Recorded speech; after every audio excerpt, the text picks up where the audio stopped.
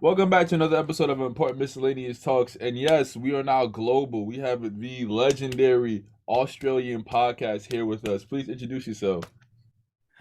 Hey guys, I'm Leigh. I'm from We Got the Chocolates. Yeah,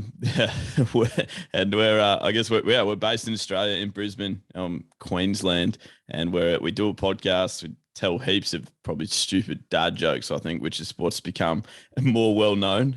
But yeah, that's where I'm from. Eh, well, yeah, you already basically explained who you are. Do you see a whole bunch of kangaroos hopping around? No, I get this question all the time. I feel like you actually have to go pretty sort of rural or outback to actually see kangaroos. You definitely can see them, but it's more when you're sort of like not in the city. You sort of go a couple of hours down the road. I guess that's where you see them like popping out in front of your car and things like that. Do you have a Outback Steakhouse there, or We probably do. I think we do have some, but I'm like I'm sort of a bit probably like a couple of hours from what you would term like the outback, I guess. So I don't actually spend that much time out there. There's probably some place I should go out to more. But yeah, we definitely would have like steakhouses and things like that. I don't know what they're called though. We probably just call them pubs. A yo? pub? A pub. A pub's just like a place where you go for a beer, basically. But Yeah, they also do Oh, like steaks and chicken parmesanas and things like that. So everywhere that you would get a beer, you also get food in Australia. Lord have have mercy. y'all been to the States yet? Like, Go again, sorry. have y'all been to America yet? Have y'all visited yet? Nah, no, we haven't. We get that question a bit, and obviously would love to. I've never been there before, and then probably the time where I was sort of thinking about doing it, then that whole COVID thing sort of Mm. started, so that made the international travel a little bit harder. But we're hoping definitely this year. Love to get over and check it out. I feel like we would be probably quite weird in America. Like I would have no idea how to function properly. Please come to New York. Yeah, Is pull that, up. You gotta pull up to New York. You gotta pull up to the city. is that where you guys are? Yes, Yes. sir. Yeah, well, that's surely you can't go to America without going to New York. I wouldn't have thought. That's a fact. That's a fact. So the shutdown hit you guys pretty hard over there. Like it was like on some like you couldn't go outside for real, like against the wind. Like Yeah, had no choice. yeah. I was looking at some of like the US reporting. I remember getting tagged in a video where it was like a lady that was just going nuts. She was like, when are we going to help Australia overthrow the totalitarian like government and stuff like that? And they were going like nuts. I never really felt like it was quite that bad. We definitely had heaps of lockdowns. We had heaps of restrictions, and we're still wearing face masks now. I think we've got 3 more days of wearing face masks, like as soon as you go outside. But like I didn't really feel like it was bad at all. I just sort of, I guess for me, because I had a bit of a project and a bit of a hobby and I could sit there and edit videos and stuff, I didn't really mind it. I was just like, oh, cool, I'll just sit at home and work. Like work from home is not a big deal for me. But definitely for other people that needed to be outside and probably playing sport and doing the things that they love, they would have found it really, really tough. I know over in Western Australia, which is like right on the other side of Australia from where I am, they've only just opened their borders last night. So Oh people have been wow. like locked away from their Yeah. families for like 7 months, not being Wow. Damn, able to get home. that's Is tough. is Australia a country or a continent? I thought we're a country. Yeah, country. Yeah. I don't, what's the continent like? Oceania or something, I think. No, actually, fun fact is both. Is it really? Are you You sure? didn't know that? Nah. Wow. That's No, no, poor by me. No, Australia. I know this 100%. Australia is both. I know that 100%. But Australia is still Europe. What do you mean? No, it's not Europe. It's a continent. And then Are you name me the sure? 7 continents. Name me the 7 continents. I really can't. I can do four max. What North are the? America, I don't South even think I can do America, Antarctica, Africa, Europe, Asia. There's 7 continents. The last one is Australia. You are kidding. I'm I not. didn't realize that. I'm That's not. kind of weird. I'm not gonna lie. Yeah. Yeah, that's one of Um, uh, my favorite fun facts. that is good. That's a very fun fact. Probably one that I should know, to be fair. I would think so. Yeah. So that's I'm going to spend less time writing jokes and more time actually learning some Geography. stuff about the world. So in Australia, like the US, are they forcing the vaccines on y'all, like how they're doing here? Yeah. We've got mandatory vaccine. I mean, you can definitely not get it. Like some people are choosing not to get it, but then like certainly so I don't know how bad this is to say, but like you're meant to get it to like go anywhere, like to go into a restaurant, to go into, like they were sort of checking that you had like a green tick on your phone to say, yeah, I'm vaccinated, and in you come. How thoroughly they're policing that, I'm not convinced. But definitely that was meant to be how it was going to work, is that you can not get the vaccine, but then you're also not able to go to places where lots of people are going to be gathered together in public, I guess. Are you vaxxed? Yeah. Yeah, I find it easier to. I don't feel that passionately about it. Like I find it easier to just go, yep, no worries, I'll get them. Thanks very much, and move on and live a normal life. I like it. Yeah, I never. The thing is, for me, I guess I find lots of the people that were sort of saying to me, like, oh, the government's trying to force us to do stuff, and that. I was like, well, we follow rules all the time, really. Like we drive slower in school zones, like to protect kids, so that we don't kill them. Like we just, I don't know, we do heaps of things where we don't actually sit there and go like, well, that's our right, that's our choice. And then as soon as it came to this, everyone was like, oh, well, we need the choice, like we need to choose, yeah. And so I was just like, like it's fine if you're that person that sort of really feels passionately about it, then and you've done heaps of research and you're convinced, then no issues. But I didn't do. I'm not going to do that. I've got better things to do than sit there and try and convince myself not to get a vaccine when it takes 3 seconds. Did you get which one did you get? I got what's the Pfizer one? Pfizer. So still the American vaccine in Australia. Yeah, we definitely. Is Australia first world? Yeah, I think so. Yeah, definitely. Yeah, pretty wealthy, really. Like for the majority of people would be living in wealth. I'm sure there'd be certainly some homelessness and stuff that you see in any country, but definitely not. Yeah, it'd be first world, absolutely. How did the homeless live in Australia? Because I just see like a series of like grass and open fields. yeah, that's fair. No, that like within the city, I guess. But like within the city, still it'll be a smaller city than what you guys have, certainly in New York. But there's still sort of buildings and park benches, and I often see a lot of. It's quite sad, really. I saw when I went down to Sydney a couple of weeks ago, there was a lot of sort of homeless people that make their home almost at like train stations and like public transport stations. Australia is a first world country. Just looked it up. Okay. So, what did you want to do with your life after high school? Yeah, great question. I spent most of my high school and probably a couple of years after that convinced that I was going to be a professional cricket player, which is not a big sport in the US, but in Australia it's massive. Huge, yeah. Yeah, so that's like my number one sport. That's what I always spent heaps and heaps of time playing. I probably didn't even try as hard as I should have at school because I was putting all of my eggs, I guess, into that basket of being really, really good at cricket. And so for the first couple of sort of years after school, I went to England to play cricket over there.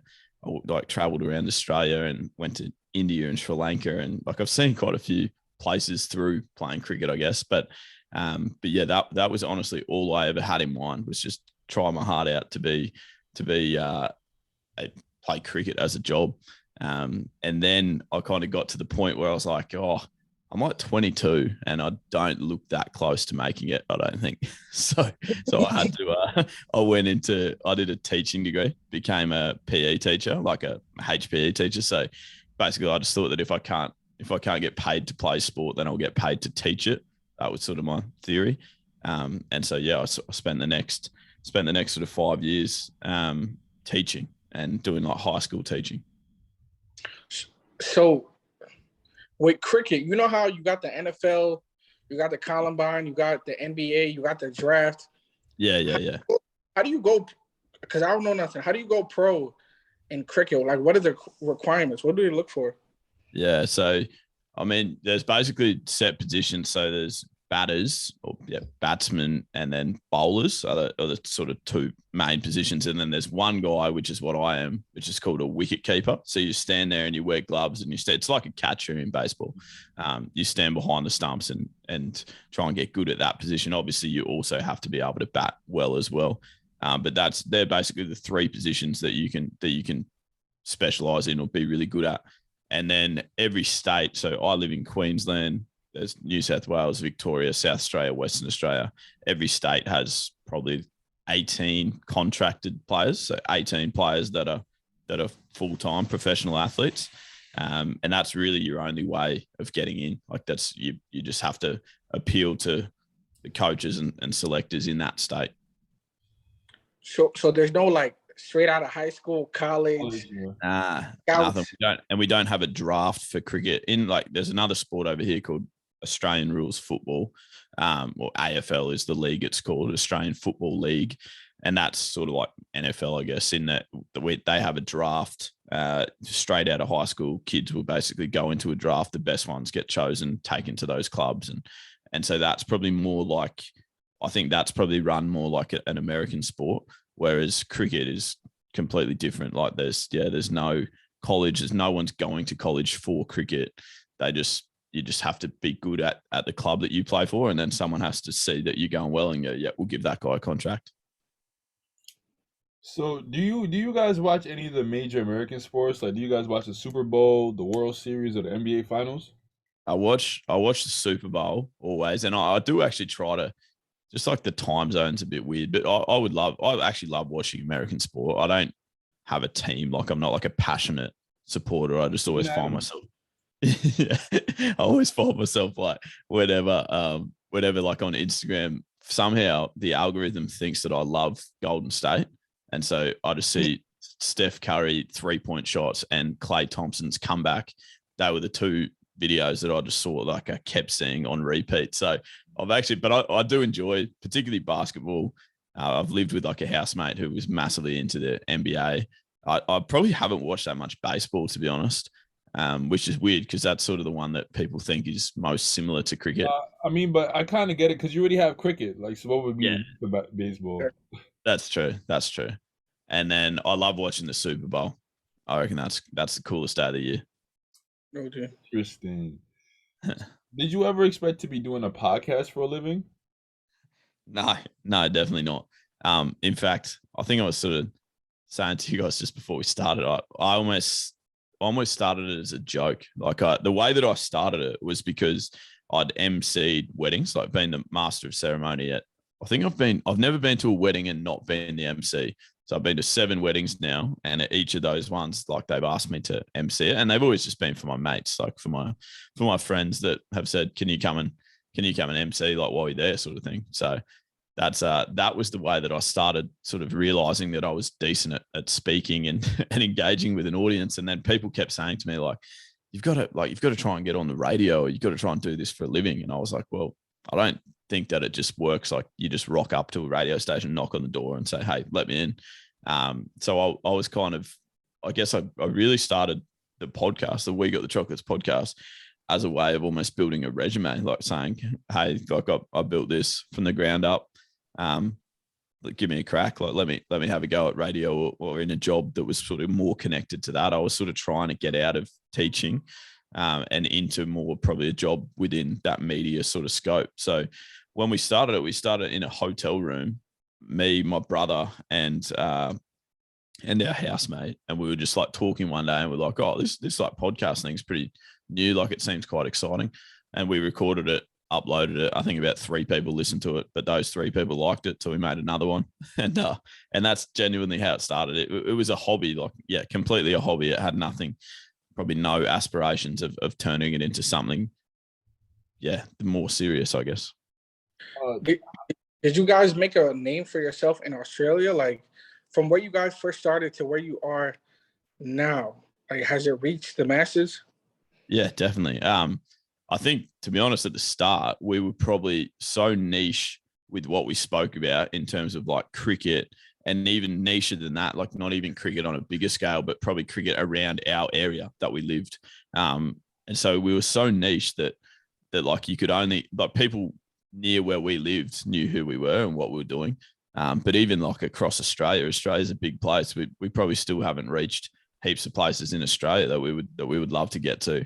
And then I think to the point where it's now, I guess, through sort of TikTok and Instagram and those social media platforms, we now sort of look at where we get listeners and like that. There's some in Canada and plenty in the US, and we've got people in England and Brazil and just random places where we're like, hey, why the heck are these guys listening to us? But they find a way to connect with you through social media, and I guess that's probably had an impact on like what our podcast actually looks like too, because we want to talk about things that people can engage with, and it's probably actually broadened our horizons a little bit to make sure that anyone that comes and listens can be entertained and can know what we're talking about. How long were you doing the podcast before you realized, like, before you started seeing the kind of growth that you wanted to see? Yeah, well, it's funny because people look at it, and this is actually a point I think that frustrates me sometimes. Like, people look at it. I've got messages like from my closest friends that will say, "What are we in? We're in 2022 now," and they'll say, "Oh, like you guys just blew up out of nowhere. Like, we got the chocolates going massive. Like, it's great. It's great to see." And like they'll say out of nowhere, like overnight kind of thing. But I started it in 2019, so I've been slaving away for like three years basically before we sort of started to see the growth. I mean, you always see like a steady growth, right? Otherwise, there wouldn't be much point in doing it. It always felt like we were building and that we were getting better all the time, and we were getting more people to come and buy into what we were trying to do. But certainly it flicked probably. I would say like halfway through last year, and that's after 2 years really of solid work. Got you. Got to lay that groundwork. How did you come up with the name? Yeah. Yeah, it makes no sense. Probably if I had my time again, that would not be our name. But again, at the start, it started as a joke. We didn't even think about it. It was a couple of people hanging out. But we got the chocolates in Australia is like an expression that we used to use all the time to say we won. Like, how did you go to say, oh yeah, we got the chocolates? That meant that we won. Is that a common Australian phrase? Well, we sort of thought it was, but then we've been asked by heaps of Australians what it means and why don't you guys actually have any chocolates? And like, so I don't think it actually was. I don't think it actually was as common as what we thought it was. Wow. I'm weak. What's been your favorite dad joke so far? Oh man, the most recent one. Like, where as soon as I saw that, I was like, "I'm making that video straight away." We filmed that the night before, and I put it out the next day because I knew that was going to be good. That was the like the penis in the Guinness World Records joke, if you saw that one. But then before that, I think we've had some quality ones. I reckon one of my favorite ones, just for how it worked, was when I said to like my brother what starts with W and ends with T, and he like immediately like straight away was just like, what? And then that obviously like was actually the punchline, and that works really well on video, just for the fact that I was like, oh, I don't even know if this is going to work, but we'll have a go. And he just straight away was like, what? So I think that one's been pretty good. What else? Like Yana is a girl that's like my friend that's in a fair few of our videos, and she told like 3 jokes in a row, the elephant jokes, like, why do you never see an elephant hiding in a tree? Because they're really good at it. And then far out, I need to actually get it right now. Yeah, she told 3. I can't remember the second bit, which is really frustrating. I should have been better prepared for that.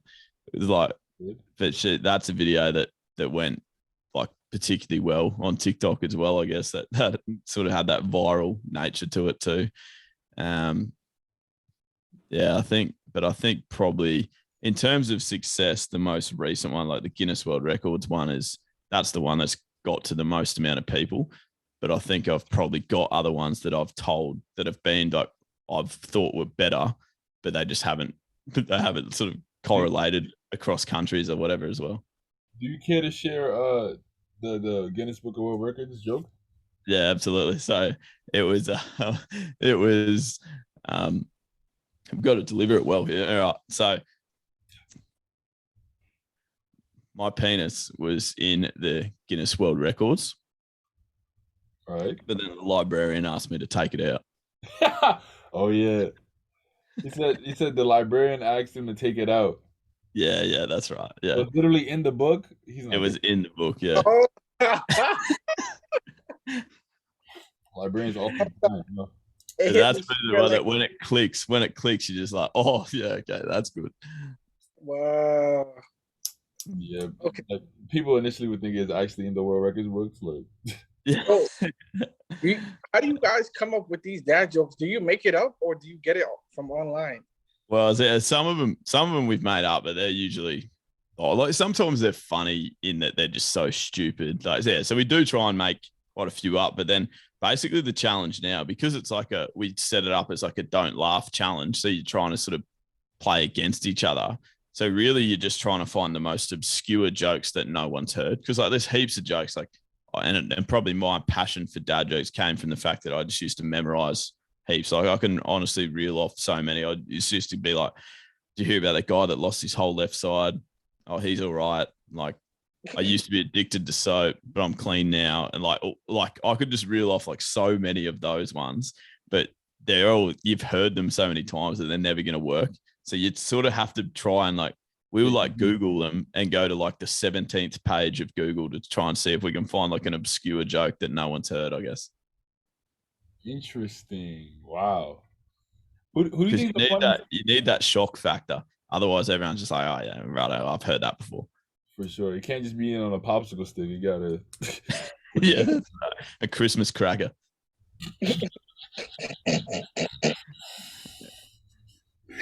Yeah. Wow, that caught me off guard. Wow. No, Who's the funniest on the show in your opinion? I think that this guy named Matt, Matt, who's like one of our really good mates. His delivery is so deadpan, but he's actually like he's terrible at stopping himself from laughing. So he laughs at everyone else's joke, which I think makes him more endearing. But then his delivery of jokes is very, very funny. Like I still remember he did one early, like when we'd only just sort of started doing them, where he said, and we hadn't really like we'd all done really sort of like cheesy sort of jokes, before then. Like we hadn't done like the extent of our best jokes were like, I went to buy some camouflage pants the other day, couldn't find any, and like we were telling like those type of jokes, okay. and then Matt came in with this one, caught us completely off guard. That was, what does a robot do after sex? He nuts and bolts. And That's pretty funny. we lost it. Like we thought it was the greatest thing ever because no one had really done anything sort of a bit more risque, I guess. So I think that he's the funniest for the fact that he doesn't think that anything's off limits. He'll just tell, and he's told some ones where we're like, we can't use that because yeah, he tells ones where we're like, no, that's not going to be accepted in 2022. I don't think. Who in the group takes it too far? Yeah, so him, Matt, and then Michael, they're best mates, and they like almost egg each other on a bit. I think where they'll like continue to keep going and get as ropey. Yeah, they've told some jokes where you're like, okay, no, that's never seeing the light of day. And Michael was actually the guy that like stands behind the camera too. Like he sets up all the cameras and things like that. And then he'll come on and like tell his jokes and we're like, get off, like that's you're terrible. You're terrible. Go stand back there. Cause his idea of humor is slightly more outrageous, I think, than other people's. Where do you want to take the podcast? Like what is your vision for it? Yeah, that's a good question. I think I just never sort of lose sight of the purpose of it and the fact that we, like that through that journey of trying to play sport. I guess the things that I actually love about playing sport are like almost like that dynamic of being with your mates and in the locker room and just like having a really good time. And so we just wanted to be able to showcase that and almost capture that and hope that gives some positivity to people I guess particularly when we started it, and we were in the sort of phase of COVID lockdowns and no one being allowed to go outside and stuff like that. I guess we wanted to sort of try and provide some joy in that fashion. So yeah, I'd just like to continue to make it a sense of community where people feel like they can always come and be involved, and we can just continue to tell stories and tell jokes and try and, entertain people as much as possible. I'd sort of love it to be, like you said, at the moment, it's probably something that I can almost work on slightly like part-time, but eventually I'd probably love it to be at a point where it's just, I get to wake up. Like when people talk about having a job that you love and you never feel like you work a day in your life and that kind of thing. Like some of those quotes I used to think were a little bit cheesy, but I feel like that's kind of the dream for me now, is to be able to wake up and work on We Got the Chocolates as kind of a business, I guess. But something that feels like it's actually adding value to life and providing some entertainment for people's days. Has your podcast reached people like, Australian celebrities or even US celebrities that caught their eye? No, we had, so like that joke video, the Guinness Book World Records one, that got shared by Lad Bible the other day on Instagram, and I didn't even exactly know who they were, and then I looked and I was like, holy heck, they've got 12.1 million followers, so I think they're pretty massive in the UK. We've actually had quite a few Australian like celebrities, over more sort of like sporting athletes. No, not yet. But yeah, we've had like sporting athletes and stuff like that come on the podcast. So, and I think that was the hard thing, and part of the reason why I love doing podcasts and saying yes to being on other people's podcasts and stuff, is that at the start when we were trying to get people on, it was so hard. Like you're telling me, man. Yeah, exactly. Like because you're just trying to work, like you're trying so hard to work at it and you're putting so much time into it, but people look at it and they're like, oh, I don't know, there's not much in it for me, or whatever. And like now, I guess people look at it, our Instagram or our social media following, and go like, oh yeah, cool. Like I'll come on that podcast. I think it's so much easier to get yeses when you're already established.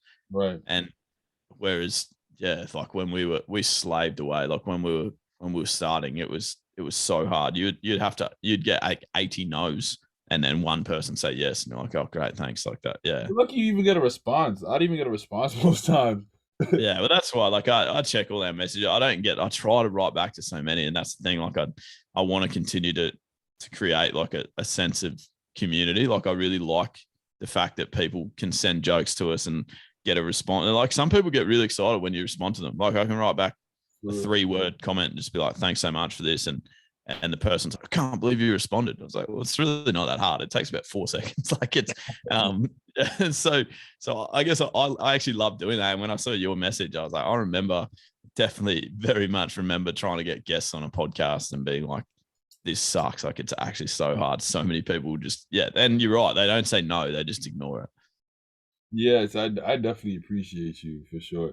One idea I have for you guys, bringing on those famous Australian celebrities and then challenge them to a dad jokes. Yeah, I think that's really smart. Yeah, it's amazing how many people, because we've actually put that idea to a few people, and like people are really intimidated by the challenge. Like they're like, oh, I can't sit there and think of jokes. It's like we obviously prepare them slightly beforehand. Yeah. Like it's but people just don't think that they're going to go well in that situation. So we've had a couple sort of new faces come through and try it, but you actually almost have to, same sort of thing as the podcast. You have to convince people like, come, it's fun. Like come around and have a go at it. Yeah. Because some people they're like, yo, I'm really shy, or I don't want to get on camera, whatever the case may be. It's just like, we're just talking. It's not that big a deal. Nah, exactly. It's actually, once you get there, you almost forget that you're filming and you just you just have fun. And we like, it's quite funny. We get some like for every piece of positive feedback you get on sort of a video that goes viral or whatever, you get, definitely some negative comments and stuff as well. And one of the like most regular comments we get is like, oh yeah, this was pretty funny, but they're just forcing their laughter, so much fake laughter stuff. We're like, well, it's not that it's fake. It's just that there's 6 of us or 8 of us, I think, that are in a room that are all kind of trying not to laugh, and then when someone breaks, you just all lose it. I got you. Have you guys gotten sponsorships? Like, are you guys able to pay the bills with your podcast?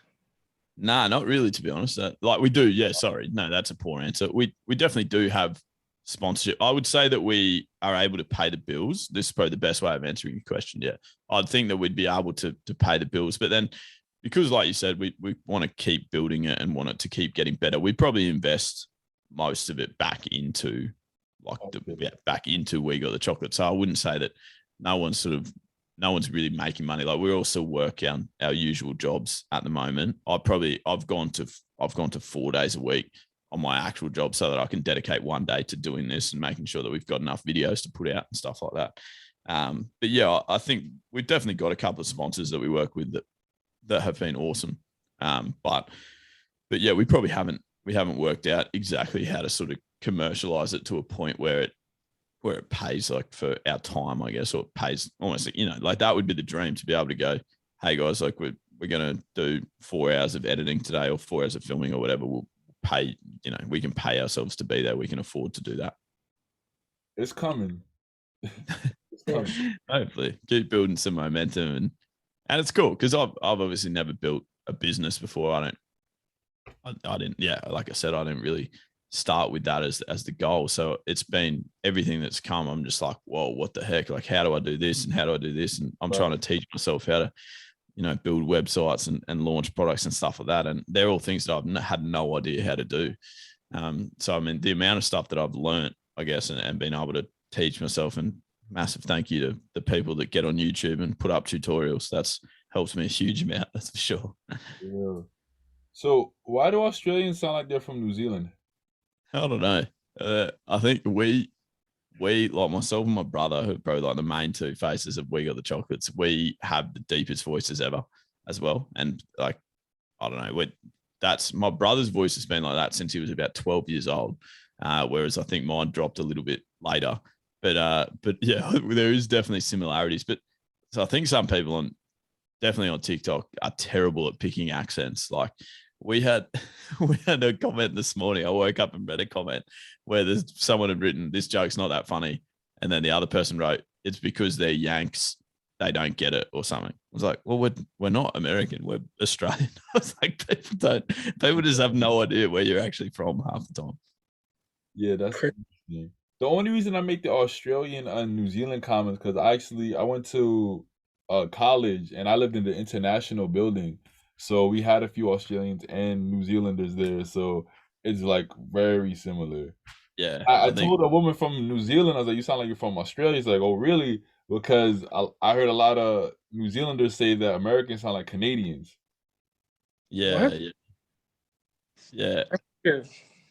See, I've probably got that wrong before in the past. Like I would have definitely said, like American when they were Canadian. And I know definitely Canadians are incredibly quick to tell me that they're not American. They love. They're all prideful. Yeah, that's right. They're very quick to make sure that they're different places. Would you say that your podcast has brought in some female attention? Giggity. Yeah, definitely. Well, not actually. It hasn't been very fruitful, to be honest, because most of the people that message you live ages away. Wow. It's like they'll be like, I get messages like that, like, "Are you single?" I'm like, "Yeah, I am."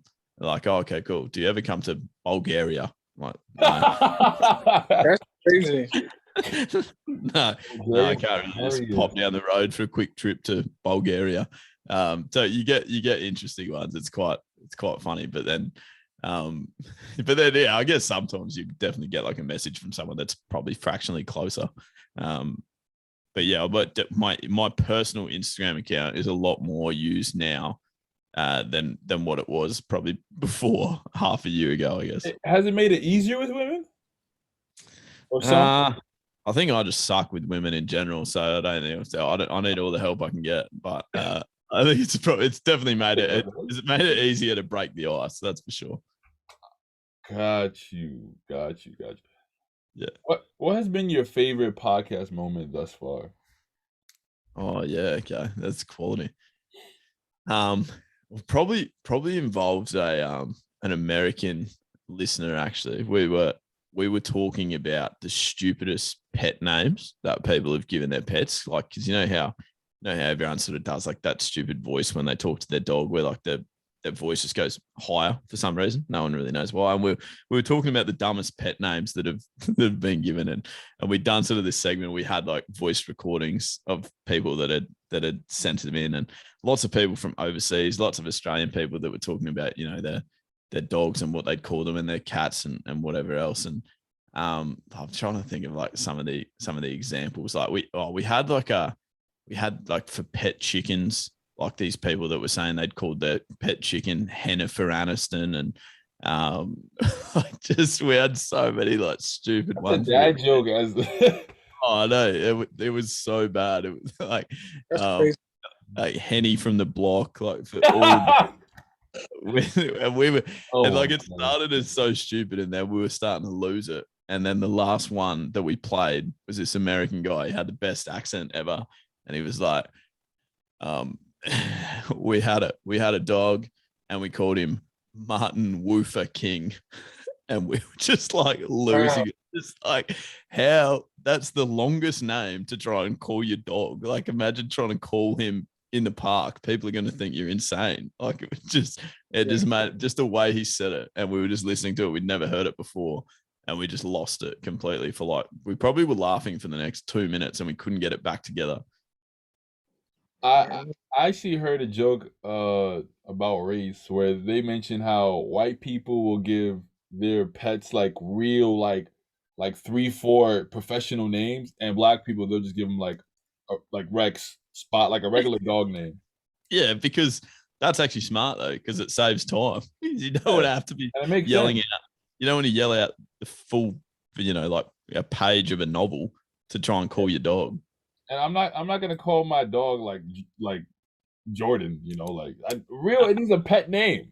Yeah, it needs. I agree, and that's sort of what we were saying. Was like pet names are like, yeah, like everyone calls it, like you said, Spot and Rex and stuff, like normal pet names, and then we just got some of the funniest ones that were sent in. What, you have any more questions, Paul? No. We lost him for a bit there. Yeah, For real. that is all that I have for you. Thank you tremendously so much. When I come out there, I need to be on an episode. Nah, for real. 100%. You guys, No. yeah. Well, I'll come to you guys when we're over in the US, and then we return the favor when you come to Australia. I reckon that'd be awesome. Rue too. Yeah. Oh yeah, we'll find you a Roo, no doubt. Wait, what's that? What's that? A kangaroo. Kangaroo. Oh, okay. Never mind. Yeah. I don't want no part of kangaroo. No, They're strong. They're strong, man. Nah, Strong. What time of the day is it for you guys over there? What'd you say? It is Thursday. It is like 6:42 over here. Okay, yeah, right. PM. Yeah, PM. PM. Nighttime, yeah. All right. Yes. We're 9:42 a.m. So we got some serious difference going On there. Friday. On Friday. Yeah. So you're tomorrow. I'll let you guys know what happens. Yeah, please. Thank you. Yeah, please.